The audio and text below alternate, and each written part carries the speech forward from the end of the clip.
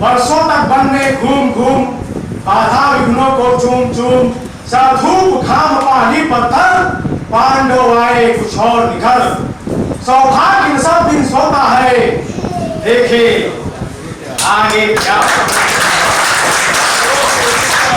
का राह बताने को, सबको सुमार्ग पर लाने को, दुर्योधन को समझाने को, भीषण विध्वंस बचाने को भगवान पांडवों का संदेशा लाए। तो न्याय अगर तुम वादा दो, पर इसमें भी यदि बाधा हो तो दे दो केवल रखो अपनी धरती तमाम, हम वही खुशी से खाएंगे, पंजन पर हंसी न खाएंगे। दुर्योधन वो भी दे न सका, आशीष समाज की ले न सका, उल्टे हरि को बांधने चला, जो था सावधि साधने चला। मनुष्य पर छाता है पहले विवेक।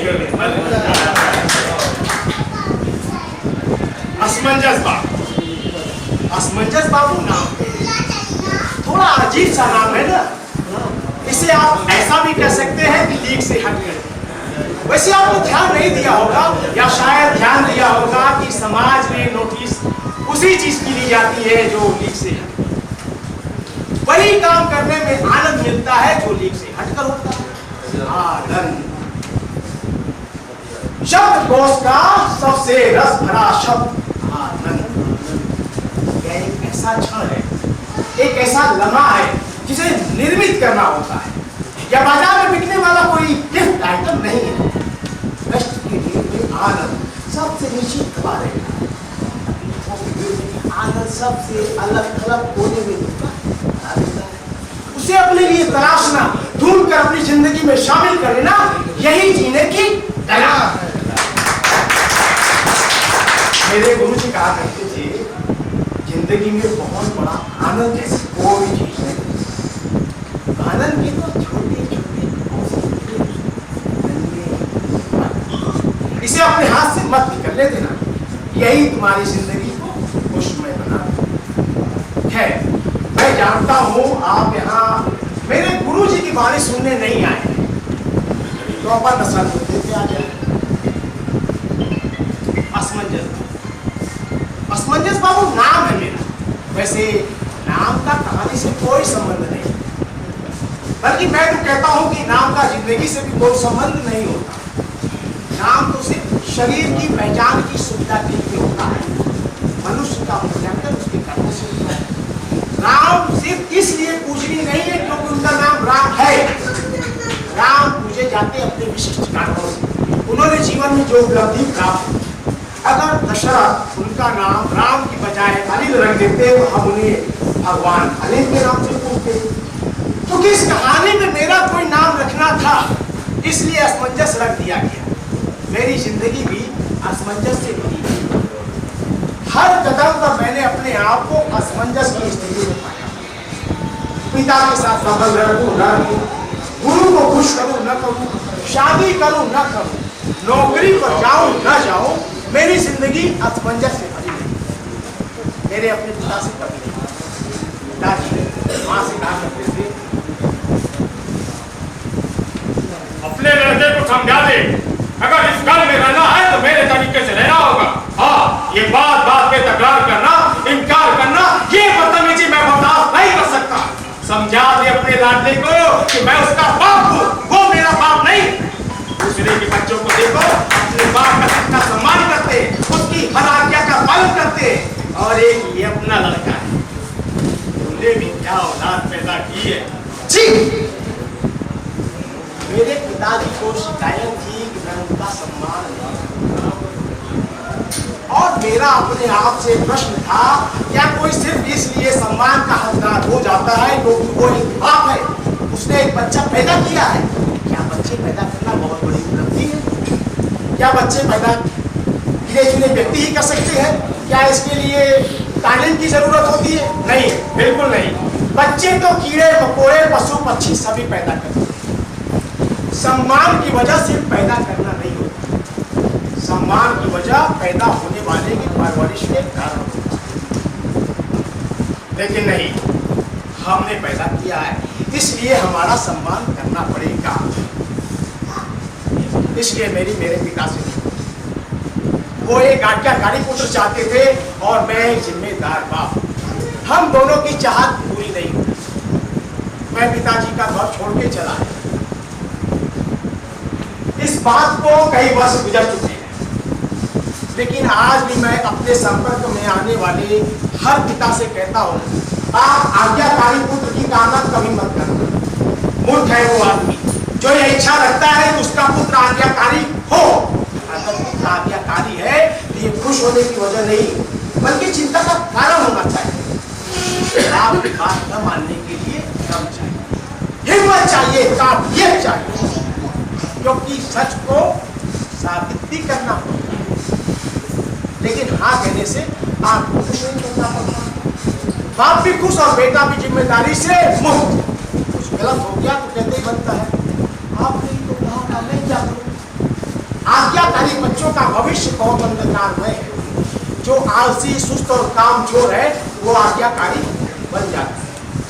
दर्शकों, कुछ देर के लिए मैं कहानी से बाहर आना चाहता हूं। यह कहानी, जिसका नाम असमंजस बाबू की आत्मकथा है, यह पूर्णतया मेरी कहानी। इसे मैं आपकी भी कहानी कह सकता हूं, लेकिन ऐसा करने से थोड़ी मुसीबत भी खड़ी हो सकती थी। आप बात बात पे एतराज करने लगते, शायद उससे में आस्तीन निशाल थे। इसलिए मैं घोषणा करता हूं कि यह पूर्णतया मेरी कहानी है। इस कहानी की घटना या पात्र किसी की जिंदगी से मेल खाती है तो यह महज एक सहयोग होगा, इसको अन्यथा नहीं। चलो, औपचारिक घोषणा भी पूरी हो गई, अब कोई टेंशन नहीं।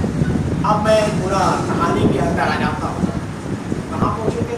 हाँ, मेरे पिता से नहीं पढ़ता। इसका बिल्कुल यह मतलब नहीं कि मेरे पिताजी को छोड़कर बाकी से खूब जमी नहीं, मेरे किसी से नहीं पढ़ता। न गुरु से, न मित्र से, न दोस्त से, न पड़ोसी से, न लाने से, न फलाने से। और इस न पढ़ने की वजह में मेरी सोच, मैं लीक से विश्वास में नहीं, विचार में जोड़ता, अतीत की नहीं, भविष्य की चिंता करता, भगवान के बजाय इंसान की बात करता है, कंस्ट्रक्शन का नहीं, डिस्ट्रक्शन का पक्ष। मेरी सोच थी कि विध्वंस के बिना नए का निर्माण हो ही नहीं सकता। जब तक हम टूटे फूटे सड़े गले पुराने को नष्ट नहीं कर देते, नए के निर्माण का प्रश्न ही नहीं होता। समाज मेरी सोच को समझ नहीं पाता, और जब समाज किसी की बात समझ नहीं पाता है तो उसकी विकलांग बुद्धि, अपाहिजक एक ही ऐलान करती है, ये तो पगला गया, मैं की बातें करता, मेंटली डिस्टर्ब हो गया। अपनी बेबुद्धि छुपाने के मामले में समाज बहुत अकलमंद है। लोग उससे कटने लगे, बचने लगे। इन्हें मैं अपना समझ कुछ समझाने की कोशिश करता, वे सब संगी कहकर मेरा उपहास करने लगे। लोग कहा करते थे मैं बेवजह झगड़ा बोल देता, अपने बड़ों से बनने कहाँ से, जो मेरी दो बात हुई। हाँ, बनने कहाँ, मेरा पड़ोसी काम धाम कुछ नहीं करता, बस दिन भर पीढ़ी पीता और रात भर खाता। ऐसे बनने कहाँ। एक दिन सुबह सुबह मेरे को दावत देने आ गए, अपने 5वें बजे की छुट्टी का निमंत्रण। अब आप ही बताइए, ऐसे में किसी विचारवान आदमी का दिमाग रुपये में नहीं आएगा। मैं तो उसका निमंत्रण बच्चे खा, ये क्या 5वां बच्चा? तुम आदमी हो या जानवर? अगर मुल्क की आबादी बढ़ाने में तुम लोग इसी तरह योगदान देते रहोगे तो देश की इकोनॉमी कैसे संभलेगी? क्या तुम महसूस नहीं करते 2 आदमियों के बीच स्पेस कितना कम होता जा रहा है? कितना बड़ा खतरा है ये, जरा तो सोचो। अनाज से ज्यादा खाने वाले, नौकरी से ज्यादा उम्मीदवार और जमीन के नाम से ज्यादा इसमें बसने वाले पैदा हो जाएंगे तो इस मुल्क का क्या होगा? मैं बताता हूँ क्या होगा। किसी दुश्मन मुल्क को हमारी जमीन पर बम गिराने की कोई जरूरत नहीं। हमारी आबादी का विस्फोट ही हमारी बर्बादी के लिए काफी होगा। सरकार चिल्लाई जा रही है परिवार नियोजन, और तुम लोगों की परिवार विस्तार मिशन चलाए हुए। तुम जैसे लोगों को तो देशद्रोह का मुकदमा चलना चाहिए। ऐसे लोगों की गिरफ्तारी के लिए गैर जमानती वारंट जारी हो जाना चाहिए, ताकि जहाज को फौरन गिरफ्तार करके जेल में डाल दो, ये बच्चा और पैदा करो।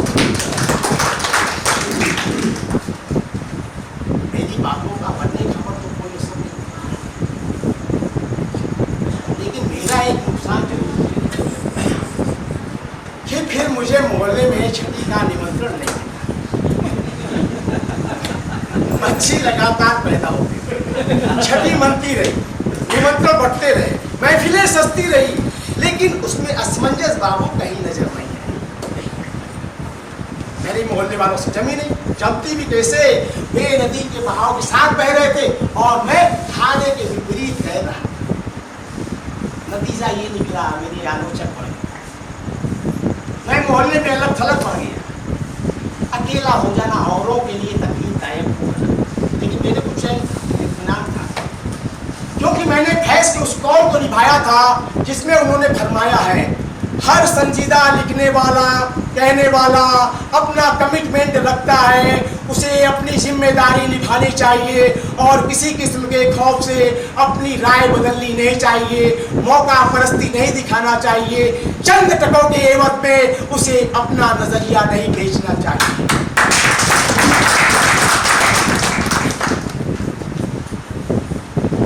बढ़ती जनसंख्या के जिम्मेदार लोगों के खिलाफ मैंने अपना मोर्चा खोला।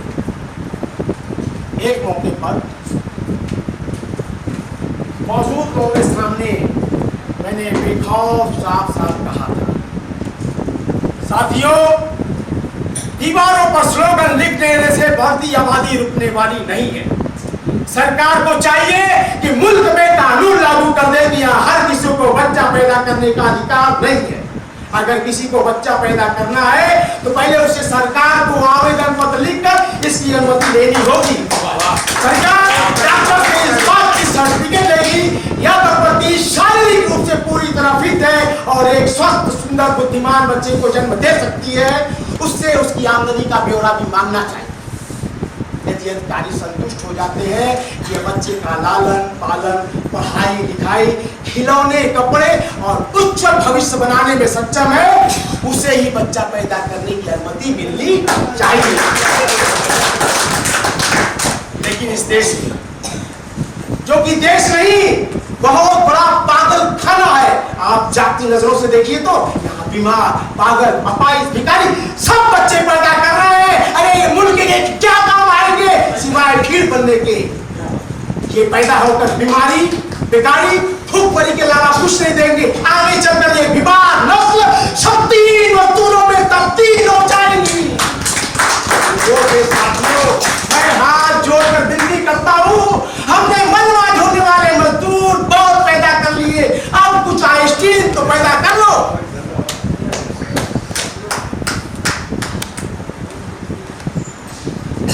मैं लगातार बोलता गया, लेकिन किसी ने सुना नहीं। सही कहने वालों को तो इस मुल्क का पुराना रिवाज है।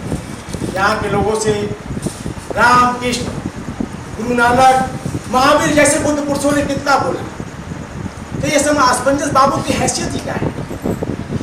अच्छी बातों की यहाँ ढंग से मार्केटिंग नहीं हो पाती और फजूल बातें बहुत ही प्रभावशाली ढंग से उठाई जाती। वैसे संगठन की ताकत, अच्छे आदमी अकेले और बुरे आदमी संगठित, इसलिए और सिर्फ इसलिए जीसस को सूली पे लटकना पड़ा, हुसैन को गर्दन कटानी पड़ी, सुकरात को जहर पीना पड़ा। कोई आदमी कुछ बोलने की कोशिश करता है तो लोग जान बचाकर भागते हैं, और कोई नेता बकवास सुनाने आ जाता है तो हजारों की तादाद में भीड़ इकट्ठी हो जाती है। ये क्या बदतमीजी है। तो आप ये असमंजस बाबू चाहते थे समाज सुधरे और समाज चाहता था असमंजस। लंबे समय तक ये रस्सा कसी चलती है। धीरे धीरे मैं समाज से और समाज मुझसे करता है। अब समाज का हर आदमी मुझे पागल नजर आने लगा। जो अनाथ शराब बदली जा रहा है, उल्टे सीधे नियम बना रहा है, उलूल जुलूल वक्तव्य दिए जा रहा है। अब इस बात को लीजिए और बताइए, इसे आप बेवकूफ़ी की किस श्रेणी में रखेंगे कि हाँ गुलशन नंदा का उपन्यास हिंदू मुसलमान सभी पढ़ सकते हैं, लेकिन कुरान सिर्फ मुसलमान पढ़ेंगे, गीता सिर्फ हिंदू पढ़ेंगे। इतने वर्षों से मुस्लिम युवक को गीता के ज्ञान से वंचित रखा गया, हिंदू नौजवानों को कुरान की अच्छाइयों से महरूम रखा गया। अब इस नुकसान की भरपाई कौन मौलवी और पंडित करेगा? क्या इस क्षतिपूर्ति के नहीं पर मुकदमा नहीं चलना चाहिए? सरकार को तो चाहिए सरकार सरकार सरकार सरकार, शब्दकोश का सबसे पाखंडी शब्द, सबसे डरावना अल्फाज। सरकार मौलवी और पंडितों पे क्या रोक लगाएगी? उसने तो खुद हिंदू कोड और मुस्लिम कोड बना रखा है। ये हिंदू कोड है, मुसलमानों पे लागू नहीं होगा। ये मुस्लिम कोड है, हिंदुओं पे लागू नहीं होगा। अरे भाई, कानून में अच्छाई हो तो सभी पर लागू हो, और खराबी है तो किसी पर भी क्यों लागू हो? हिंदू मुसलमान लोग मुस्लिम धर्म कहते थे, और मैं कहता था ये मृत चट्टाने हैं। सच्ची धार्मिकता को धर्मों, ग्रंथों, मस्जिदों, मंदिरों, मसीहाओं और पोपों की कोई जरूरत नहीं होती। आदमी ने खुद को धोखा देने के लिए हजार तरकीबें इजाद कर दी है। इन्हीं की लोगों को लोग धर्म करते हैं। मेरी मौलवी और पंडितों से देखी, क्योंकि मैं खुलेआम कहता था, बनाई होगी ईश्वर ने दुनिया, लेकिन इसे चला शैतान रहा है। ये तो अच्छा है, ईश्वर को सिर्फ महसूस किया जा सकता है। यदि उसे देखा जा सकता तो कब की उसकी हत्या कर दी गई होती। और मौलवी साहब,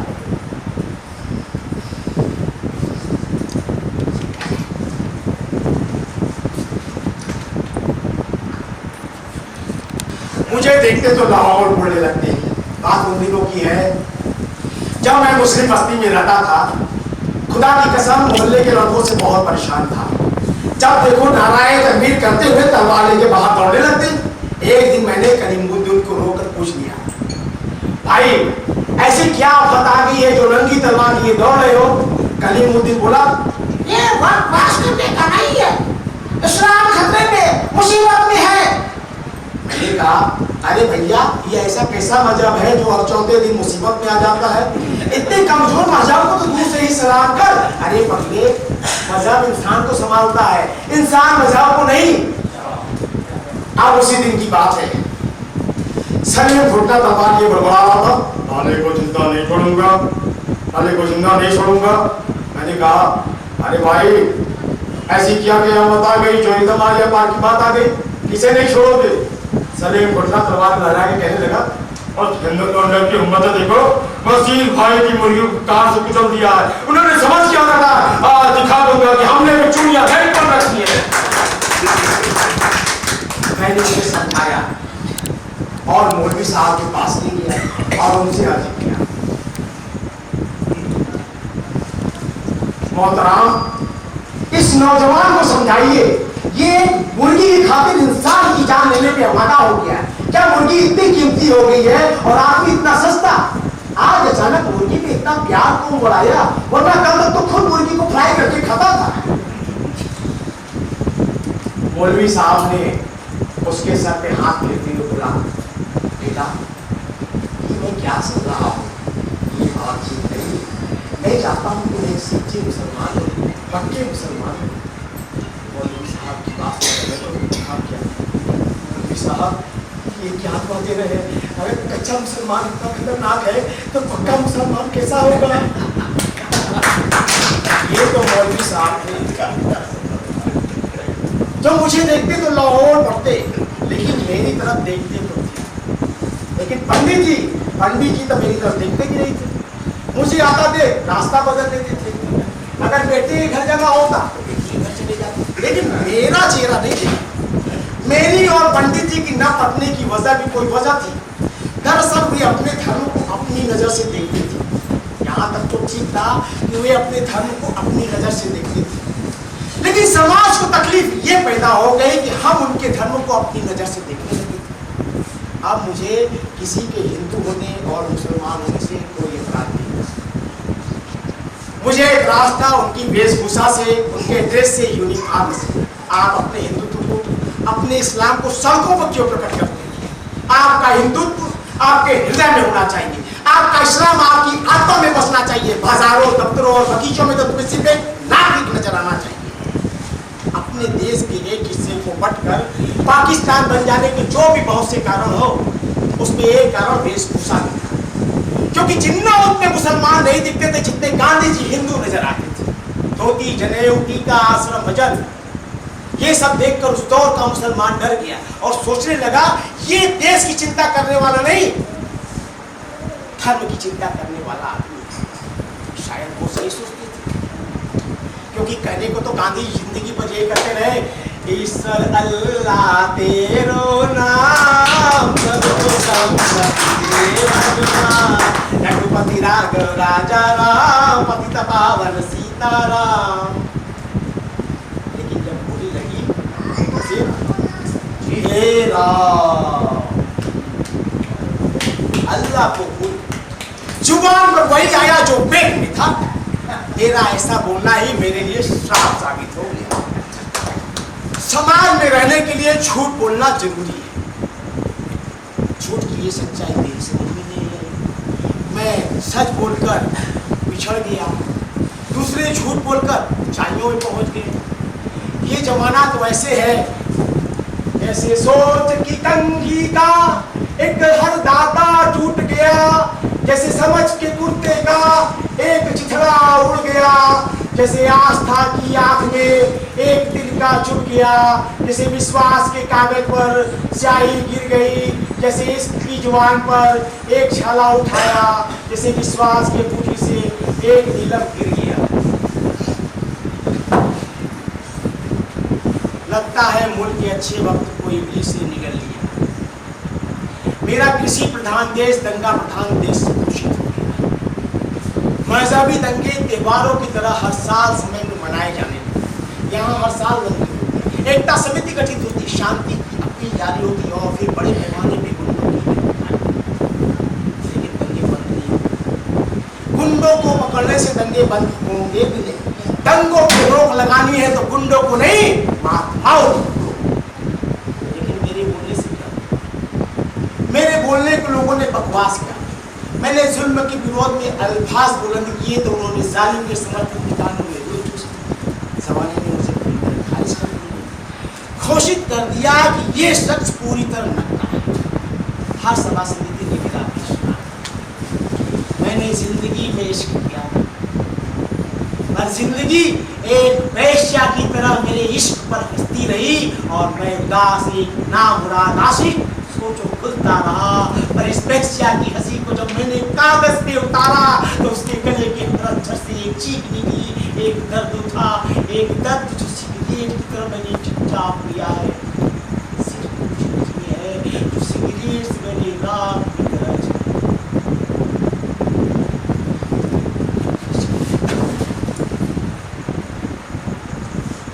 उपेक्षा के धक्के दे मुझे गुमनामी के अंधेरे में भवनों के हाथ में शहर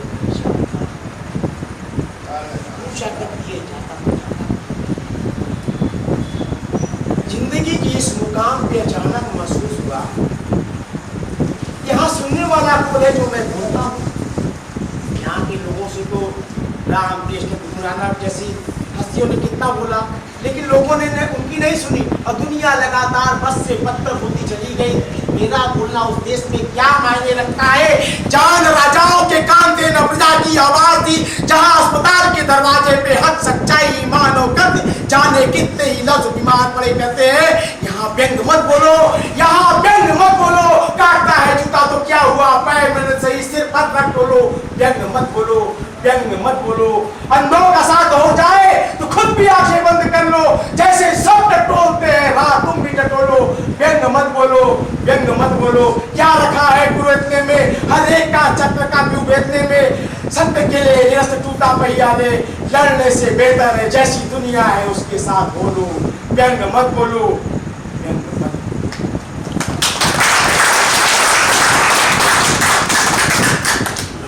कहते हैं जब बुरा समय आता है तो सबसे पहले बुद्धि भ्रष्ट होती है। मजबूत इरादे वाले भी बहक जाते हैं। विनाश का दरवाजा अमृत आंखों से खुला। आपके असमंजस बाबू का बुरा समय भी अपने पूरे शबाब। मैं समाज की मुख्य धारा से कट गया था। वो तो प्रभु की आशीष कृपा है कि अंतिम निर्णय के समय मेरा विवेक लौट आया, वरना मैं मुंह दिखाने लायक नहीं। जानते हैं उस गहरे अंधकार में एक कुत्ते ने मुझे राह दिखाई थी, जिसे लोग असमंजस बाबू का कुत्ता। दर्शकों, यहाँ से असमंजस बाबू की कहानी में एक नया मोड़ आएगा। इसे आप टर्निंग पॉइंट भी कह सकते हैं। अगर ये फिल्म होती तो इंटरवेल यही होता और टीवी का धारावाहिक होता तो यहाँ होता एक छोटा सा कमर्शियल। लेकिन ये सिनेमा नहीं, नाटक है। सिनेमा देखने में और नाटक देखने में अंतर होता है। नाटक देखने के लिए आपके पास श्रद्धा होनी चाहिए, फिल्म देखने के लिए श्रद्धा की जरूरत नहीं, आपके पास अक्ल होनी चाहिए। और टीवी का धारावाहिक देखने के लिए न श्रद्धा की जरूरत है न अक्ल की, बस आपके पास होनी चाहिए। तो कहानी इस मुकाम में पहुंच गई है जहां आप कहानी से बाहर नहीं रह सकते हैं, आपको कहानी के अंदर आना पड़ेगा, क्योंकि हर आदमी के अंदर एक असमंजस बाबू मौजूद होता है। बात तभी बजेगी जब आप इसके भावनात्मक रूप से जुड़ेंगे, क्योंकि यहाँ जो बात आपको पहुँचाई जा रही है वो बात मस्तिष्क से नहीं, हृदय से निकली। ये हृदय की बिना की पूछ है, इसे देख आपके तार छू जाए, आपके दिल बज उठे, समझना नाटक देखा। ये सिनेमा नहीं, नाटक है। इसके एक एक दृश्य को पीना पड़ता है, चुस्की चुस्की मस्त होना होता है। तो दर्शकों, धीरे धीरे मैं समाज से ढीला पड़ गया। इंसान की जिंदगी में अकेलेपन से और कोई बुरा समय नहीं होता। ये अकेलापन, बेगान, ये चुप्पी, न कोई बोलने वाला न कोई सुनने वाला, शायद यही वो समय होता है जब या तो आदमी पागल हो जाता है या काम। मन में ख्याल आया, कोई बच्चा बोल दिया, सोचने लगा मेरा तो कोई आगे है न पीछे, कल को यदि मेरे को कुछ हो गया तो उसका बच्चे का क्या होगा। फिर सोचा तोता मैना बत्तख क्या मुर्गी पाली जाए और उसी की देख रेख में बाकी की जिंदगी निकाल दी जाए। हाँ, ये आइडिया ठीक है। इसी कड़ी में मैंने एक कुत्ता पाला, वही कुत्ता आगे चलकर मेरा आदर्श हुआ, मेरा गुरु हुआ। उस कुत्ते की मौत पे जब मैं पहली बार दहाड़ मार के रोया था, मान सम्मान के साथ उसका अंतिम क्रियाक्रम किया था, तब पहली बार ऐसा हुआ था कि असमंजस बाबू में कोई हंसा नहीं था, किसी ने खिल्ली नहीं उड़ाई, किसी ने व्यंग नहीं किया। अब इस बात पे आया जाए कि कुत्ता मेरे पास आया कैसे। दरअसल एक रोज मैं अपने अकेलेपन से परेशान होकर बुझे हुए मन से बांध के एक कोने में, जहां अच्छा खासा अंधेरा था, गुमसुम सा बैठा था, तभी वहां कुछ आवाज हुई। मैंने गौर से देखा, एक धुंधली सी हिलती हुई आकृति नजर आई। मैंने पूछा कौन है वहां? मैं हूँ बाबूजी। क्या चाहिए? ये कुत्ता खरीद लो बाबूजी। आवाज में कैसी याद थी, कितना डर था। मैंने गौर से उस बच्चे को देखा, बढ़िया सा काला कलूठा लड़का, वैसे ही उसके हाथ में बच्चे को लिए खड़ा था। मैंने कहा मेरे को कुत्ता नहीं खरीदना है। लेकिन मेरे को तो बेचना है। आप नहीं खरीदोगे तो इतनी रात को मैं कुत्ता बेचने कहाँ जाऊंगा? आपको कुत्ता खरीदना पड़ेगा। क्यों खरीदना पड़ेगा? क्योंकि माँ भूखी है। माँ भूखी है, माँ भूखी है। अचानक वो लड़का, मरियम सा लड़का मुझे सुंदर दिखने लगा। क्योंकि झपटता बाज हो या फन उठाए सांप, दो पैरों पे खड़ी पत्तियां खाती बकरी, या डाल पे लटक फल कुतरता तोता, या इन सब की जगह जब भी आदमी भूख से लड़ने कोई भी आदमी सामने खड़ा हो जाता है, सुंदर दिखने लगता है।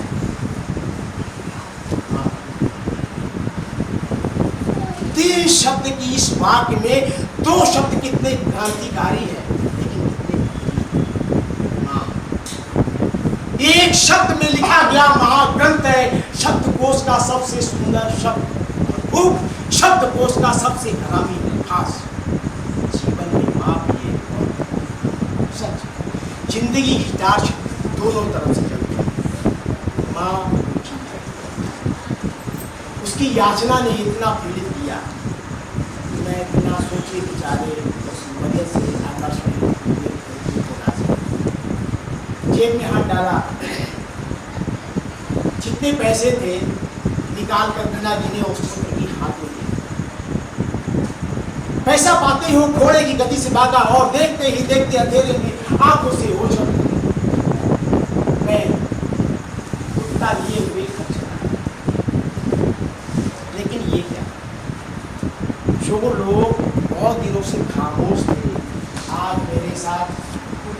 एक दिन मेरी किडनी आने लगी, यंग करने लगे। असमंजस बाबू को देखो कितना सुंदर कुत्ता लाए हैं। पकने वाले पकते, मैंने किसी की बात में ध्यान नहीं दिया और उसके साथ ही मैं उसे रोज साबुन से नहलाता, दूध पिलाता, सुबह शाम घुमाने ले जाता। धीरे धीरे मेरे कोई कुत्ते के साथ नहीं बल्कि कुत्ते को भी मेरे साथ मजा आने लगा। मैं उसके इरादे समझ जाता, वे मेरे इशारे समझ जाता। अब खूब जमती जब मिल बैठते दीवाने ख्याल आया अपना कुत्ता जवान हो गया है, अब इसकी शादी कर देनी चाहिए। देखते नहीं आए दिन कैसी कैसी बातें सुनने में आती है। शादी तो उसकी मैं कर दूं, लेकिन जब मैंने खुद शादी नहीं की तो उसे कैसे राजी करूं? हालांकि मैं शादी का विरोधी नहीं था, लेकिन मेरा मानना था जिससे हम प्रेम नहीं करते उसकी शादी कैसे कर सकते? बिना प्रेम की शादी तो प्लास्टिक के फूल के जैसे है, जिसमें रंग तो है पर खुश नहीं। जीवन में प्रेम से बढ़कर कोई काम नहीं। जिसने प्यार नहीं किया समझो जिंदा तो रहा लेकिन जिया नहीं। प्यार वो शक्कर है जिसमें जीवन नहीं। प्रेम एक धनुष है जिसमें राम से लेकर काम तक सभी रंग। कुछ लोगों ने कहा असमंजस बाबू शादी कर दो, बीवी से खुद प्रेम हो जाएगा। भाई मैं कहता हूँ पहले प्रेम करो फिर उससे शादी करना, और वे कहते हैं पहले शादी करो फिर उससे प्रेम करना। ये तो वैसा ही हुआ। मैं कहता हूँ कपड़े पहन के महफिल में जाओ और वो कहते हैं महफिल में जाके कपड़े पहने। तो मैंने तय कर लिया मैं अपने कुत्ते की शादी धूमधाम से करूं। लेकिन अफसोस मैं उसका प्यार रचाता, उसके पहले ही वो हमेशा लोग उससे असमंजस बाबू का कुत्ता कहते थे, लेकिन मैं कहता था नहीं वो मेरा कुत्ता नहीं, मेरा आदर्श था, मेरा गुरु था। वो मेरा गुरु कैसे हुआ? दरअसल एक रोज मैं टीवी पर चार्ली चैपलिन की फिल्म देख रहा था। कुत्ता भी वही बैठे टीवी देख रहा था। चार्ली चैपलिन की स्टाइल देख कुत्ता, जी हाँ विश्वास नहीं करेंगे, वो जो एक कुत्ता था खिलखिलाकर हंस पड़ा। हंसते हंसते लोटपोट हो गया। मैं उसे हंसता देख लग रही है अरे ये तो दुनिया का पहला कुत्ता है जो हंस भी सकता है। मैं खुशी से झूम उठा, नाचने लगा। मैं फाटा फाटा बाहर गया और आस पड़ोस के लोगों को बुला, अरे सुनो सुनो, अरे सुनो आओ आओ आओ, देखो देखो देखो मेरा कुत्ता हंसता है। मेरे कमरे में भीड़ निकलता, लेकिन हंसना तो दूर, वो भीड़ को देख के भौंकने लगा।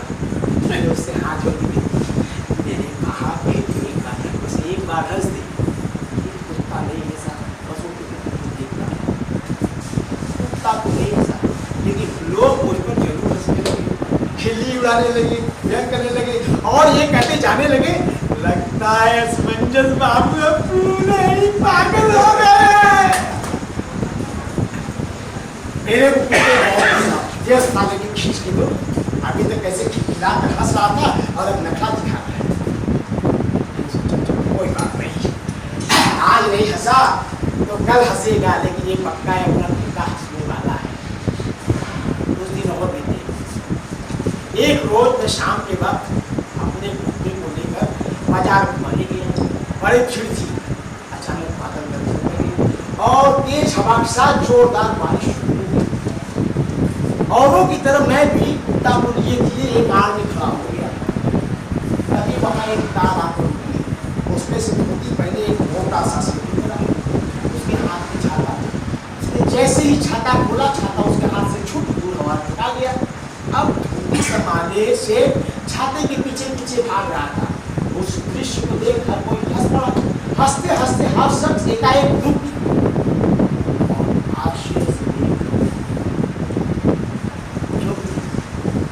धोती संभाले मोटे शेर को देख मेरे कुत्ते की हंसी नहीं हो गई।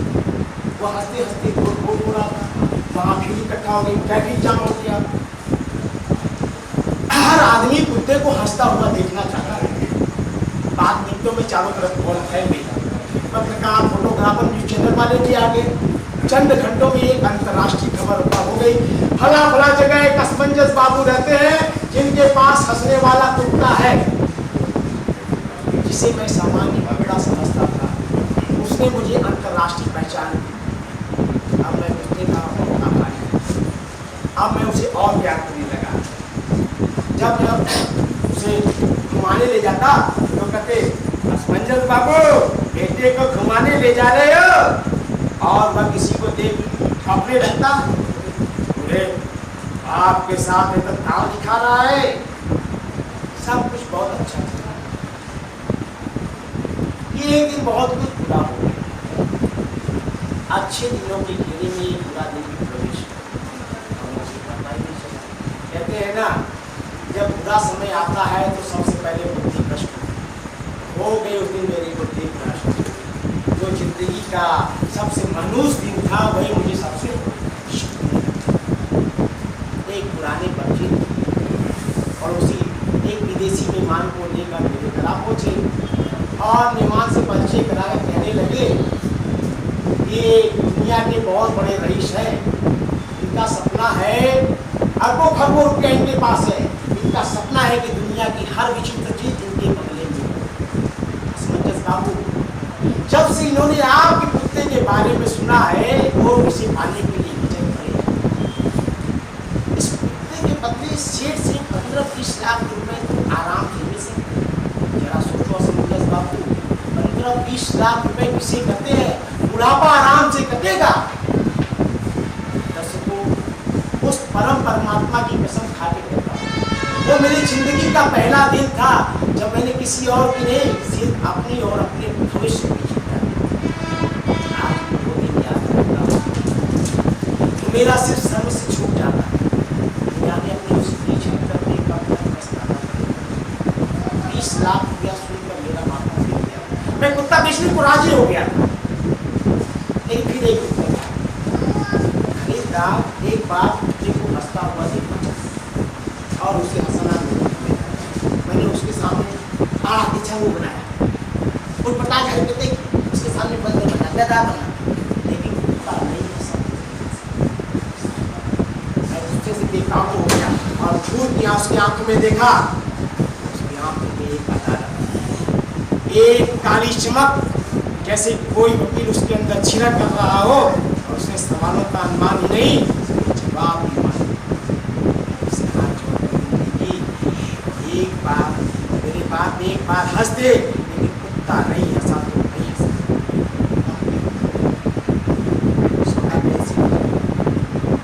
रुपया नहीं मिलेगा, लेकिन ऐसा नहीं हुआ। खरीदार बिना आजमाए ही कुत्ता खरीदने को राजी था। उसका कहना था, आज इसके हंसने का मन नहीं है तो कोई बात नहीं, ये तो पक्का है ये कुत्ता हंसने वाला है, मैं इसे खरीदने को तैयार हूं, ये रहा आपका चेक।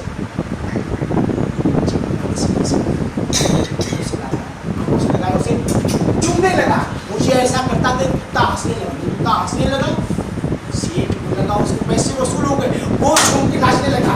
लेकिन मेरे को क्या हो गया? मेरे को काटो तो खून नहीं, क्योंकि ये बात सिर्फ मैं जानता हूँ कि ये कुत्ता तभी हंसता है जब हंसने की कोई वजह हो। आपको इंसानियत पे हंस रहा था, आदियत पे हंस रहा था। मैं असमंजस बाबू जो खुद को प्रगतिशील विचारों वाला मानता हूँ, चंद रुपयों के लिए ऐसा गिरा कि उसकी हरकत बस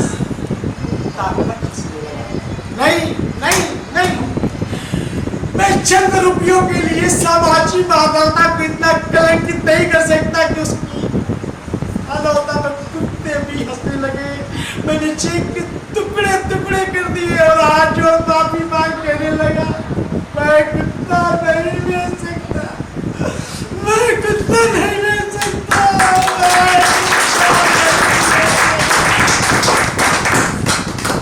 शानदार प्रस्तुति।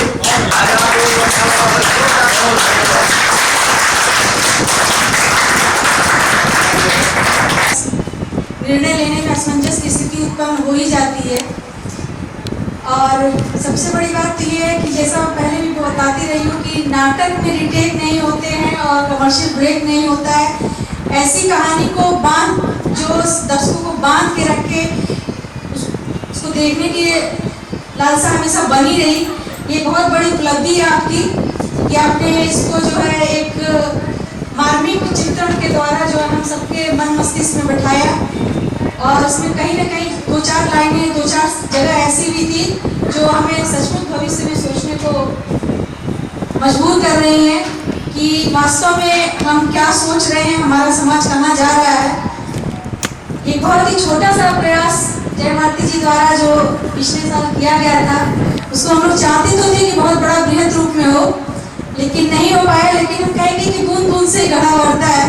आपका ये छोटा छोटा प्रयास ही कहीं ना कहीं हम सबके मन में एक जोत जगाएगा कि हाँ, इस तरह के इवेंट हुए हमारे नगर में और हम सब उसका देखें और आपके कलाकार जो है उत्साहित हो, प्रोत्साहित हो, और आप सबका, हम सब नगरवासियों का भी स्नेह आप सब पे बरसे। धीरे धीरे आपको भी सब एक्सेप्ट करें, क्योंकि ये सब समय लेने वाला है। आजकल रील का जमाना है, वो सेकंडों में मनोरंजन हो जाता है। तो उस सेकंड के मनोरंजन में इस कलाकार जो अपना पूरा जीवन लगाता है, उसको समझना बहुत बड़ी चीज है। ये उपलब्धि अपने जीवन भर की तपस्या लगा करके कोई अर्जित करता है, और ऐसे ही लोग शायद महान कलाकार बनते हैं। रील की दुनिया तो कुछ क्षणों में भूल जाती है, पर ये शायद जिंदगी भर याद रहेगी। आपको बहुत बहुत धन्यवाद, बहुत बहुत शुभकामनाएं। सबका आभार प्रकट करूँगा और चाहूँगा कि आप लोग कलाकृति में यहाँ अवश्य हैं और देखें कि कैसे कलाकार लोग कैसे जीवन प्रस्तुति देते हैं। इसके लिए जब भारती जी को सभी कलाकारों को जिन्होंने यहाँ प्रस्तुति दी है, सबको मैं आभार प्रकट करता हूँ। धन्यवाद। धन्यवाद। सीजन भैया को मंच पर बुलाना चाहेंगे। 2 शब्द बोले, उनका